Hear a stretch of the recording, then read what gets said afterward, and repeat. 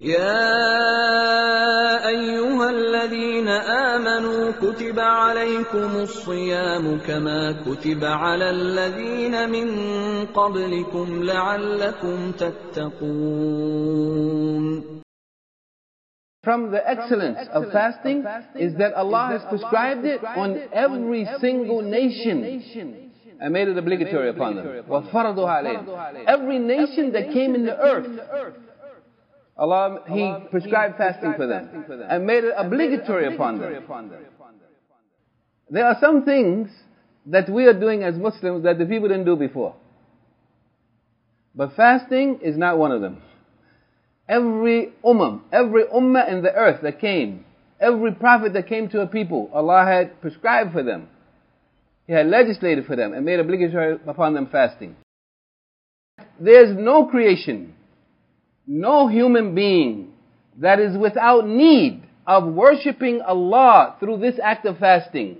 Meaning that there's nobody who can say, I pray a lot, I don't need to fast.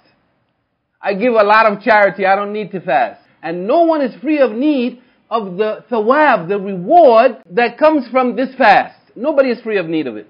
Means the reward for fasting is so great, there's no one that's without need of it. And Allah, knowing that, He made it obligatory upon us.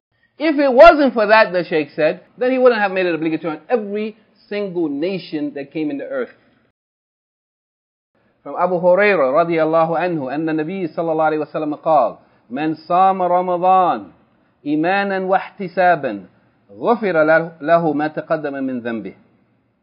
That whoever fasts Ramadan with iman and ihtisab, that he would have forgiven for him whatever has preceded of his sins. Yani his past sins or her past sins. With these two conditions, that whoever fasts the month of Ramadan with iman and ihtisab.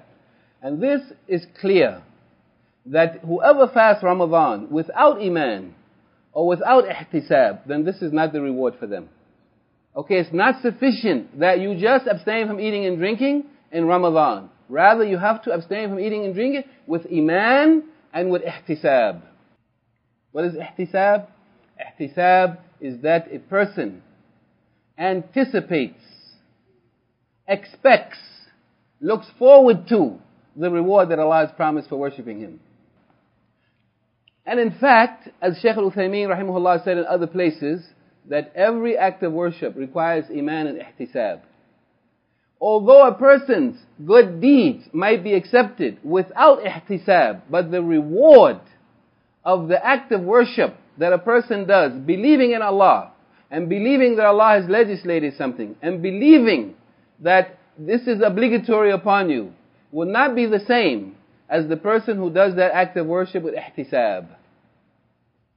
So let us look at ourselves and examine our situation and make sure that we are fasting with iman in Allah, believing in Allah, believing that Allah has legislated this, and being pleased with what He has legislated, and being pleased with the fact that He made this obligatory upon us. Because there's no doubt that many of us, excluding no one, many of us could easily be amongst those who, if it was not made obligatory, we would never be fasting. And the proof of it is, some of us, if it's not Ramadan, we don't fast the whole year. That's a fact. If it had not been made obligatory, some people would never fast.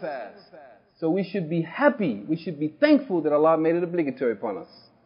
Because had He not made it obligatory, we wouldn't be fasting. And we wouldn't be getting this tremendous reward. Whoever is able to fast is fortunate. And they should consider themselves fortunate.